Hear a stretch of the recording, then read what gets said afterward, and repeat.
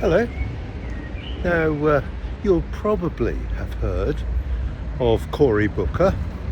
He is a Democratic congressman who made himself famous by talking without stopping for over 25 hours in a filibuster.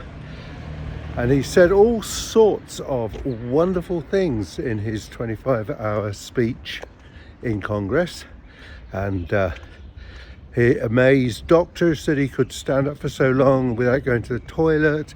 He said he'd been in training, he hadn't drunk, he didn't dehydrate himself sufficiently to make him fall over, but almost.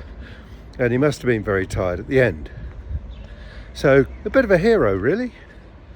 Except that he is funded by AIPAC, who are the kind of genocide equivalent of the NRA.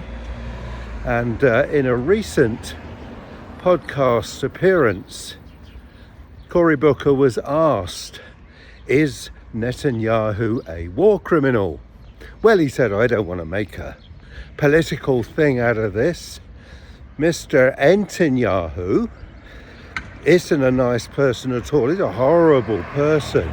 And many people in his cabinet have done really grotesque things, and I hope that eventually he will, when loses the next election, be taken to court and tried for the awful corruption that he's charged with and go to jail as a result.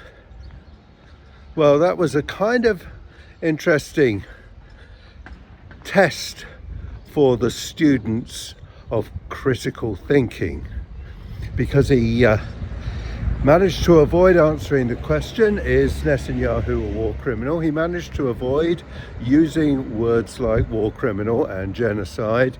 He avoided all of the political mind traps. He also mispronounced the man's name twice, so that any clips that are taken from the interview will be dubious, because he didn't actually say Netanyahu, he said Netanyahu. Who's Netanyahu? Is he Netanyahu's brother? We don't know. Anyway, a bit of slimy avoidance, diversion, just seeking to hold the high ground and avoid the traps of saying anything that you can be held to. That's a consummate politician, and one of the sort that we've had far too much of for far too long. So thanks very much, Cory Booker. You didn't fool us. Ha. Bye.